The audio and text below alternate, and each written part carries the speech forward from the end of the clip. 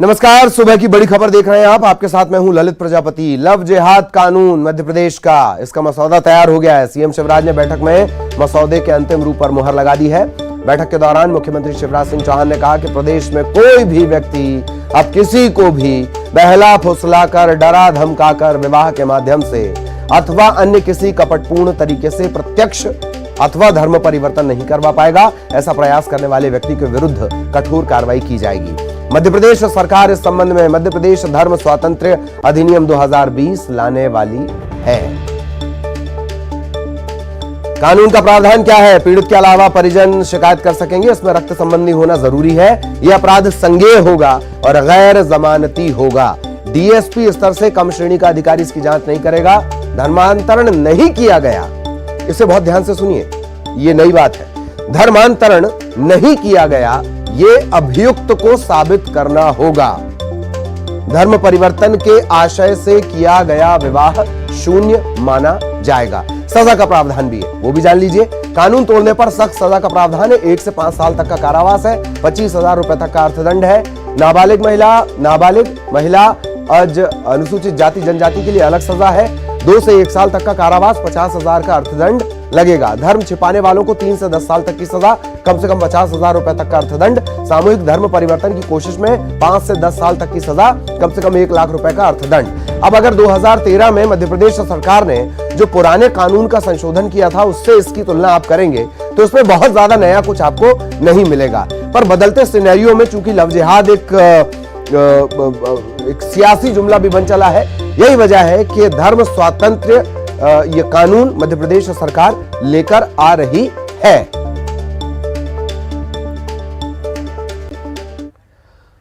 और भोपाल से बड़ी खबर कि कोरोना वैक्सीन को लेकर मध्य प्रदेश में प्लान तैयार है। मध्य प्रदेश में कोरोना वैक्सीन की अनुमति पर इसी प्लान को अमल में लाया जाएगा। क्या है ये प्लान? सबसे पहले 5 लाख हेल्थ वर्कर को लगाया जाएगा टीका। ये इस वजह से भी कि बार बार मुख्यमंत्री भी ये बात दोहराते हैं कि हमारे जो कोरोना वॉरियर हैं वो हमारे हीरो हैं, पहली प्रायोरिटी पर वही रहेंगे। यही बात प्रधानमंत्री ने भी बार बार कही है। कोरोना वॉरियर्स हमारे लिए इंपॉर्टेंट हैं, तो सबसे पहले इन्हीं का नंबर रहेगा। 5 लाख हेल्थ वर्कर जो सीधे कोरोना से जंग जिन्होंने लड़ी है उनका नंबर। उसके बाद 50 साल से ज्यादा उम्र वालों का नंबर रहेगा, उन्हें टीका लगाया जाएगा। तीसरे नंबर पर शुगर, बीपी और कैंसर पीड़ितों को यह टीका लगेगा। वैक्सीन के लिए फोकल कोल्ड चेन की संख्या बढ़ाई जाएगी। ये जो वैक्सीन बन रही है, 8 वैक्सीन जिन पर भारत में काम चल रहा है और पूरी दुनिया में 25 से ज्यादा जो प्रोजेक्ट चल रहे हैं, दरअसल इस टीके को आपको कोल्ड में रखना होगा। फ्रिज में आमतौर पर रखा जाता है, लेकिन उससे ज्यादा टेम्परेचर चाहिए और उसी लिए ये फोकल कोल्ड चेन की जो संख्या है वो बढ़ाई जाएगी। नेताओं की प्रायोरिटी क्या है ये अभी साफ नहीं हो पाया है।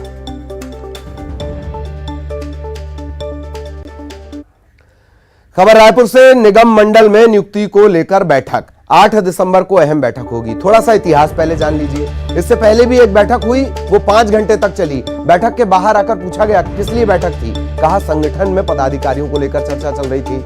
अब ये कहा जा रहा है कि निकायों में, मतलब मंडल और निगम और मंडल में नियुक्ति को लेकर 8 दिसंबर को फिर एक अहम बैठक होगी। मंत्री होंगे, पीसीसी चीफ उसमें शामिल होंगे। निगम मंडल में नियुक्ति के लिए नाम तय किया जाएगा, आपसी सहमति से नाम तय किया जाएगा।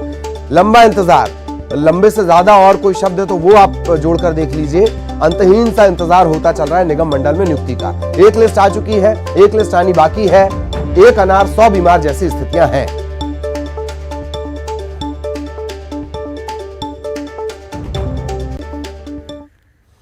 और प्रदेश सरकार, छत्तीसगढ़ सरकार के 2 साल पूरे होने पर राममय आयोजन होगा। राममय आयोजन क्यों? राम वन गमन पथ पर पर्यटन रथ यात्रा निकाली जाएगी। बाइक रैली का आयोजन किया जाएगा। 14 से 17 दिसंबर तक भव्यतम जलसा किया जाएगा। ये 14 से 17 दिसंबर तक 1575 किलोमीटर की यात्रा है। ये रथ यात्रा और बाइक रैली 19 जिलों को कवर करेगी।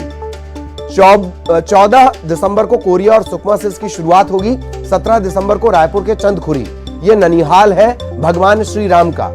यहां भगवान राम को भांजे की तरह पूजा जाता है। यहां पर यह समापन होगा।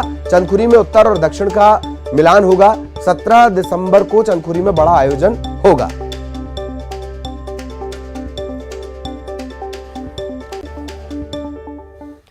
भोपाल में सीएम शिवराज ने स्वच्छता में बेहतर काम करने के लिए सम्मानित किया है। राजधानी के मिंटो हॉल में स्वच्छता सर्वेक्षण 2020 और गंदगी भारत छोड़ो अभियान, इसके तहत बेहतर काम करने वाले निकायों को अवार्ड दिया गया। समारोह में सीएम ने सफाई कर्मियों से संवाद करते हुए कहा कि मैं भी आपकी तरह स्वच्छता कर्मी हूं। आप सड़कों की, शहरों की सफाई कर रहे हैं और मैं गुंडों और माफिया को साफ कर रहा हूं। मध्य प्रदेश को स्वच्छता में, ओवरऑल मध्य प्रदेश को, इंदौर तो है और मुझे विश्वास है चौके के बार, अब छक्का तो पता था लेकिन 5 बार भी मारेगा इंदौर। लेकिन ये चुनौती भी है भोपाल और बाकी सब शहरों को। प्रतिस्पर्धा करो, इंदौर से लड़ो, इंदौर से आगे निकलने की कोशिश करें, बराबरी पे पहुंचने की कोशिश करें। हमारे हर बड़े शहर को टॉप 50 और छोटे शहरों को टॉप 100 में हमको शुमार करना है। सार्वजनिक स्थान और शौचालयों की बेहतर से बेहतर सफाई सुनिश्चित करना है। सफाई मित्र सुरक्षा चैलेंज को पूरी ताकत के साथ क्रियान्वित करना है। और अब मैं भी निकलूंगा, आप भी निकले और एक संकल्प लें, प्रदेश ग्रीन बने। ये ग्रीनरी भी देखी, कई शहरों ने अद्भुत काम किया है। ग्रीन भी बने, क्लीन भी बने, स्वच्छ बने, गंदगी मुक्त बने और एक बात और, माफिया मुक्त बने। ये गुंडे, बदमाश, माफिया, दादा, ये नहीं चलेंगे किसी भी कीमत में। शहर की सफाई गंदगी से भी जरूरी है, लेकिन बदमाशों से भी शहर की सफाई जरूरी है। भोपाल के बगरौदा में सीएम शिवराज ने वॉल्वो आयशर प्लांट का शुभारंभ किया। इस दौरान सीएम ने कहा कि जो सपना देखा था वो आज साकार हुआ है। मेक इन इंडिया के लिए मेक इन एमपी का सपना साकार हो रहा है। और इस दौरान सीएम शिवराज ने सिंगल विंडो सिस्टम पर, हालांकि वो असंतुष्ट नजर आए और शुरुआत से उनका कहना था सिंगल विंडो सिस्टम बहुत बेहतर होना चाहिए, अभी और सुधार की जरूरत है। एक और तस्वीर आप देख रहे हैं, सीएम ने बाकायदा स्टीयरिंग संभाली और एक टेस्ट ड्राइव भी इस प्लांट में बने ट्रक की ली। आज दुनिया में हमारे देश का स्थान मोदी जी के नेतृत्व में बहुत ऊंचा है। एक वैभवशाली भारत, गौरवशाली भारत, संपन्न भारत, समृद्ध भारत, शक्तिशाली भारत, ये जो सपना हमने देखा था वो अब साकार हो रहा है। और उसका एक बहुत महत्वपूर्ण आयाम है उद्योग। और क्या हम उद्योग मित्र हैं अपने देश के लिए, अपने प्रदेश के लिए, अपने लोगों के लिए। मैं अभी भी सिंगल विंडो से संतुष्ट नहीं हूं, और सुधार की जरूरत है, उस पर हम लोग विचार कर रहे हैं। लेकिन इन्वेस्टमेंट को बेहतर सुविधाएं देना, बाद में भी दिक्कत ना हो संचालन में उसकी व्यवस्था भी करना, और इन्वेस्टमेंट इंडस्ट्री के प्रमोशन के लिए केवल सरकारी अमला नहीं, हमारे यहां जो अच्छी इंडस्ट्रीज हैं उनके मित्रों को भी हम सहयोगी बनाना चाहते हैं। उपचुनाव में हार के बाद अब कांग्रेस को मजबूत करने का कमलनाथ ने नया प्लान बनाया है। इस प्लान के मुताबिक संगठन में 70% युवा होंगे। जिला इकाइयों को भंग कर युवाओं को मौका दिया जाएगा। नगरीय निकाय चुनाव में 70% युवा उम्मीदवार होंगे। इसके अलावा एनएसयूआई, यूथ कांग्रेस, यहां से जो नेता और कार्यकर्ता निकलेंगे उन्हें पार्टी जिला इकाई में बड़ी जिम्मेदारी मिलने वाली है। कांग्रेस में अब बुजुर्ग नेताओं का एक मार्गदर्शक मंडल होगा। इधर कांग्रेस के इस प्लान पर बीजेपी ने चुटकी ली है, क्योंकि उनके पास पहले से ही एक मार्गदर्शक मंडल है। नए लोगों को मौका मिलना चाहिए और यूथ कांग्रेस, एनएसयूआई की उम्र पार करके जो लोग कांग्रेस को मजबूत करने का काम करते रहे हैं, ऐसे लोगों को मध्य प्रदेश कांग्रेस कमेटी में और विभिन्न जिलों में उनको महत्व मिलना चाहिए संगठन में, क्योंकि इस जनरेशन को जब तक हम प्रमोट नहीं करेंगे 40 साल 45 साल, तब तक मैं समझता हूँ कि कोई संगठन अच्छे ढंग से मजबूत नहीं हो सकता। परिवार की पार्टी है और उस परिवार से हटके कांग्रेस अपने आप को जिंदा महसूस नहीं करती है, इसलिए वहाँ की चर्चा करने से कोई फायदा नहीं है। कांग्रेस कहेगी लेकिन वैसा करेगी नहीं। लेकिन मध्य प्रदेश में जिला इकाइयों में युवाओं को मौका दे दिया नहीं, मुश्किल लग रहा है। तो युवक कांग्रेस के हैं तो युवक कांग्रेस में तो युवा ही रहेंगे। मेन कांग्रेस में जब कमलनाथ अभी तक। और भोपाल से इस वक्त बड़ी खबर मिल रही है। कर्फ्यू के बाद भी शराब पार्टी चल रही थी। देर रात रेस्तरां क्लब में ये पार्टी चल रही थी। पुलिस और एक्साइज टीम ने दबिश दी, रेड मारी। कई जगहों पर शराब परोसी जा रही थी। कार्रवाई के दौरान कई रसूखदार भागते हुए भी नजर आए। रेस्तरां और क्लब में ये पार्टी चल रही थी। कर्फ्यू जारी है, कोरोना संकट काल है, सावधान रहने की जरूरत है, पर रसूख वाले और रईस ये दोनों ही मानने को तैयार नहीं। इससे पहले आपको याद दिला दें कि एक परेड भी निकली थी कोरोना संकट काल के दौरान, लॉकडाउन के दौरान, किस तरीके से लोग इकट्ठा होकर पार्टियां मना रहे थे। और अब ये तस्वीर सामने आ रही है। कर्फ्यू के बाद भी शराब पार्टी चल रही थी। देर रात रेस्तरां और क्लब में पुलिस और एक्साइज टीम ने रेड मारी और कार्रवाई के दौरान कई रसूखदार भागते हुए नजर आए। जितेंद्र हमारे सहयोगी हमारे साथ जुड़े हुए हैं।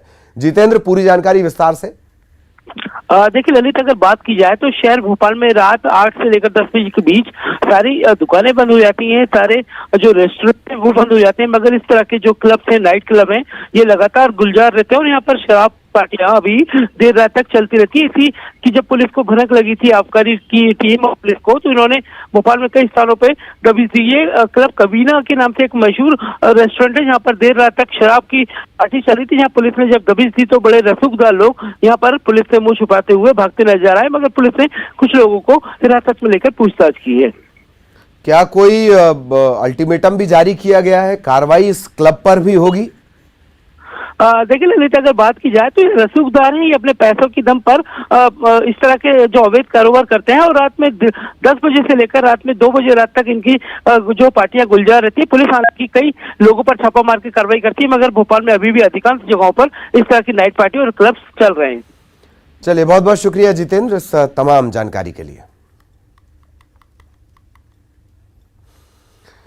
और देवास से बड़ी खबर आपको बता दें, प्रेमी जोड़े ने खुदकुशी की कोशिश की है। नाबालिग जोड़े ने खुदकुशी की कोशिश की है। दोनों ने हाथों की नस काट ली है। गंभीर हालत में इन्हें अस्पताल में भर्ती करवाया गया। सिटी कोतवाली थाना इलाके की पूरी घटना है। प्रेमी जोड़े ने खुदकुशी की कोशिश की। देवास से बड़ी खबर, शहडोल में भी इस तरीके का वाकया कल सामने आया था और शव उनका लटका मिला था पेड़ पर। और अब देवास से इस तरीके की खबर मिल रही है, खुदकुशी की इन्होंने कोशिश की है। हालांकि दोनों की हालत गंभीर है, अस्पताल में इनका इलाज चल रहा है। सिटी कोतवाली थाना इलाके की घटना है।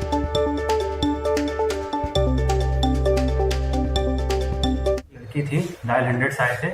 लड़की की उम्र 17 साल थी और लड़के की 18 साल के करीब थी, उनके द्वारा जो बताया गया। और दोनों ने अपने हाथों की नस काट ली थी। लड़के को ज्यादा गंभीर चोटें हैं लड़की के मुकाबले में।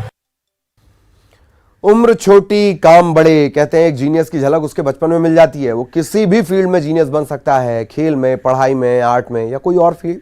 तो अगर आपके आसपास या फिर दूर में ही ऐसा आप किसी को जानते हैं, ऐसे इंडियन को जो यंग जीनियस है और जिससे पूरी दुनिया के सामने आना चाहिए, तो आज ही आपको रजिस्टर करना है news18.com/younggenius या बायजूस ऐप आप डाउनलोड करें और यंग जीनियस सेक्शन में विजिट करें।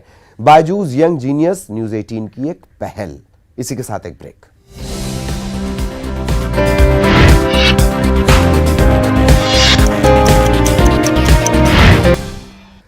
ब्रेक के बाद आपका स्वागत है। गृह मंत्री नरोत्तम मिश्रा आज दतिया के दौरे पर रहे। कल दरअसल वो दतिया के दौरे पर रहे। पीताम्बरा पीठ और शनि मंदिर में पूजा अर्चना की उन्होंने।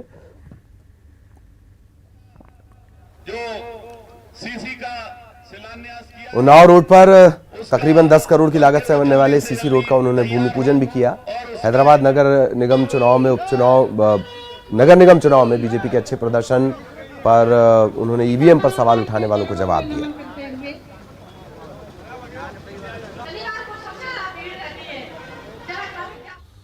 शहडोल में बच्चों की मौत के मामले में स्वास्थ्य मंत्री प्रभुराम चौधरी ने सफाई दी है। उन्होंने कहा कि अस्पताल में बच्चों को इलाज के दौरान कहीं कोई लापरवाही नहीं बरती गई। बच्चों को देरी से इलाज के लिए अस्पताल लाया गया और इसके चलते उनकी मौत हुई है।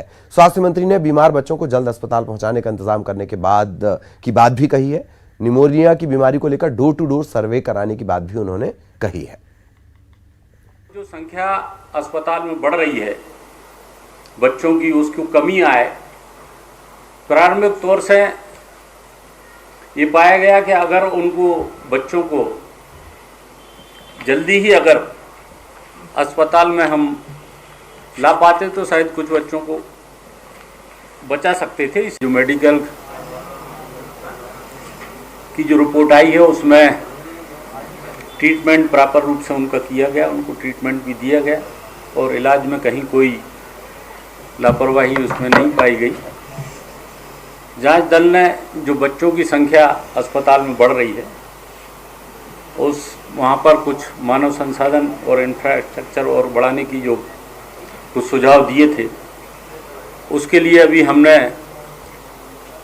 निर्णय लिया है कि आगे हम इस बच्चों को सही से इलाज के लिए और संसाधन वहाँ पर जुटाएं।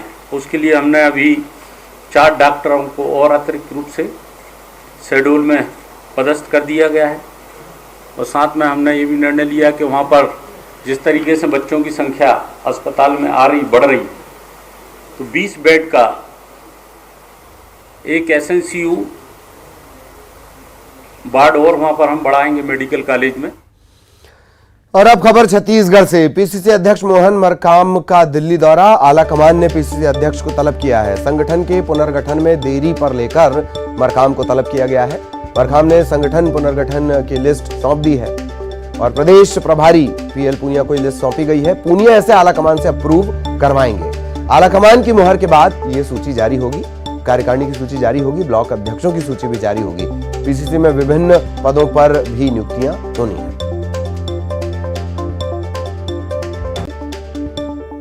वनवासियों के हित को ध्यान में रखते हुए राज्य सरकार ने 31 से बढ़ाकर 38 लघु वनोपज की खरीदी समर्थन मूल्य पर करने के साथ साथ संघ द्वारा निर्धारित समर्थन मूल्य के अंतर्गत 14 लघु वनोपज की खरीदी करने का फैसला लिया है। वन मंत्री मोहम्मद अकबर ने बताया कि इस तरह छत्तीसगढ़ में लगभग 2 साल में समर्थन मूल्य पर खरीदी के लिए लघु वनोपज की संख्या 7 से बढ़ाकर 52 कर दी गई। पहले 7 खरीदी जाती थी और अब 52 चीजें खरीदी जाएंगी।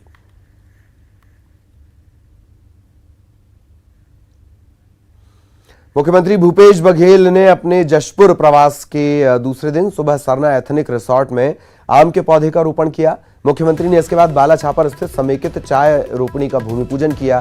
चाय के पौधे भी रोपे। सीएम भूपेश बघेल ने गम्हरिया धान खरीदी केंद्र का जायजा लिया और धान बेचने वाले किसानों से मुलाकात की। किसानों से धान खरीदी पर चर्चा भी हुई। इसके बाद उन्होंने गौठान में चारा मशीन में चलाकर चारा काटा, गायों को खिलाया, स्थानीय स्व सहायता समूह के वनोपज उत्पादों की जानकारी ली। इसके बाद जशपुर के सोगड़ा आश्रम पहुंचकर मां काली की पूजा अर्चना कर प्रदेश की सुख समृद्धि और खुशहाली की कामना की। जब तक के हम लोग वैल्यू एडिशन नहीं करेंगे तो जो जंगल में रह रहे आदिवासी परंपरागत निवासी उसकी आर्थिक व्यवस्था नहीं सुधरेगी। उस दिशा में भी यहाँ थोड़ा सा अरूसा पाउडर बना रहे हैं और उसे अच्छे दर पर 148 रुपये में 100 ग्राम के हिसाब से विक्रय किया जा रहा है, जिससे इनके आर्थिक स्थिति में सुधार होगी। उसी प्रकार से यहाँ साबुन भी बनाए जा रहे हैं, मुर्गी पालन भी हो रहा है, बकरी पालन भी किया जा रहा है, वर्मी कंपोस्ट भी बना रहे हैं, गोबर गैस प्लांट भी संचालित कर रहे हैं। तो इससे जो महात्मा गांधी की जो ग्राम स्वराज का जो सपना था उसे हम लोग साकार। बिलासपुर के लाल बहादुर स्कूल ग्राउंड में 43वें राउत नाचा महोत्सव का आयोजन किया जा रहा है। इसमें प्रदेश भर के तकरीबन 50 राउत नाचा दल शामिल हुए हैं और कार्यक्रम में सीएम भूपेश बघेल, मंत्री ताम्रध्वज साहू, मंत्री शिव डहरिया, विधायक देवेंद्र यादव, शैलेश पांडे, गिरीश देवांगन, मेयर रामशरण यादव, इन सब ने भी शिरकत की। इस मौके पर सीएम भूपेश बघेल ने पारंपरिक वेशभूषा और वाद्य यंत्रों के साथ राउत नाचा किया। सीएम भूपेश बघेल ने राउत नाचा दल के साथ डांस करके उनका उत्साह बढ़ाया।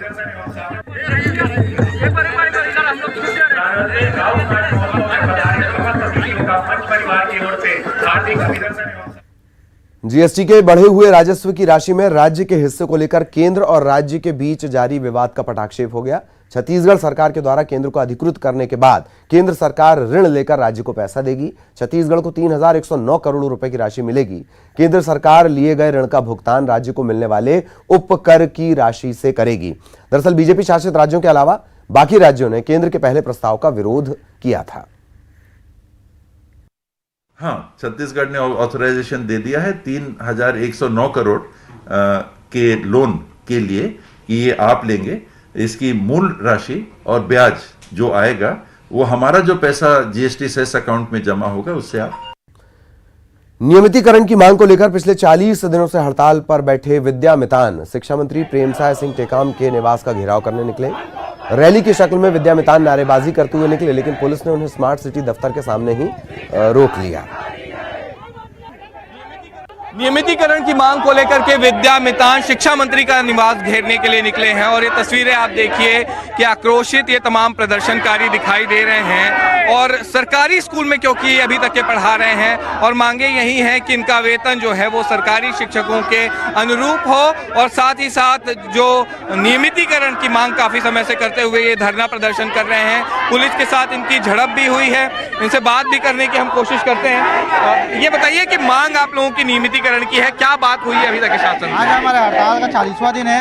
आज 40 दिन हो गया हम लोग पूरा विद्या मितान अतिथि से पूरा 40 दिन से बेरोजगार हैं और हमको 8 महीने से वेतन नहीं दे रहा है और सरकार ये हमारी कोई बात सुन नहीं रहा है। तो आज हमारा हड़ताल का 40वां दिन है। 40वां दिन में आज कोई सरकार से तरफ से प्रतिनिधि कोई नहीं भेजा गया। तो आप देखिए कि किस तरह से ये लगातार पूरा प्रदर्शन चल रहा है और प्रदर्शनकारियों की एक ही मांग है कि इन्हें नियमित किया जाए। अभी वेतन कितना मिल रहा है आपको और कितने वेतन की मांग है?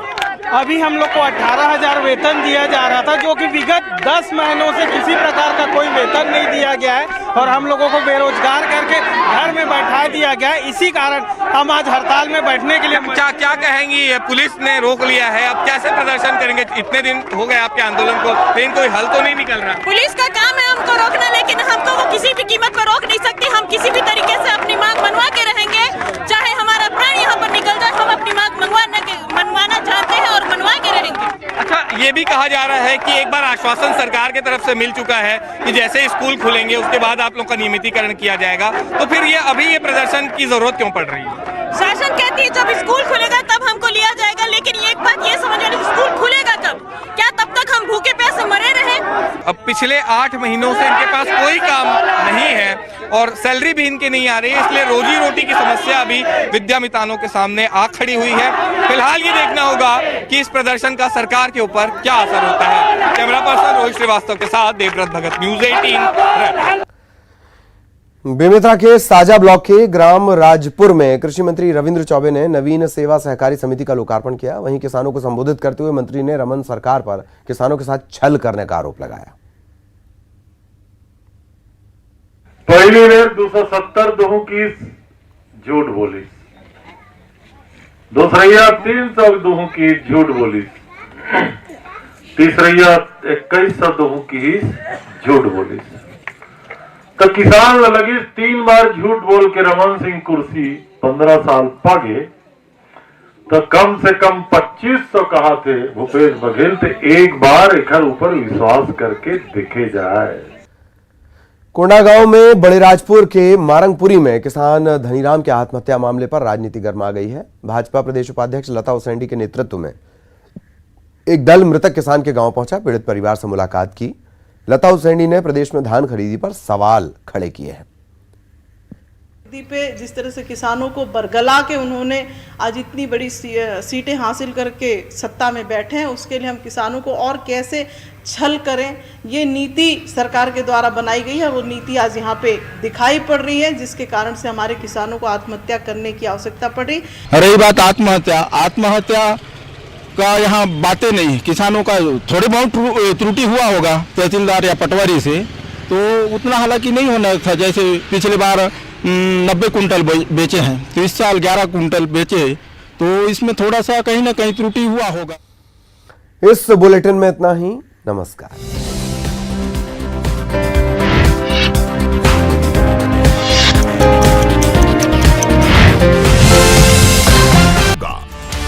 पूछेंगे सवाल तमाम मुद्दों पर और जवाब जवाब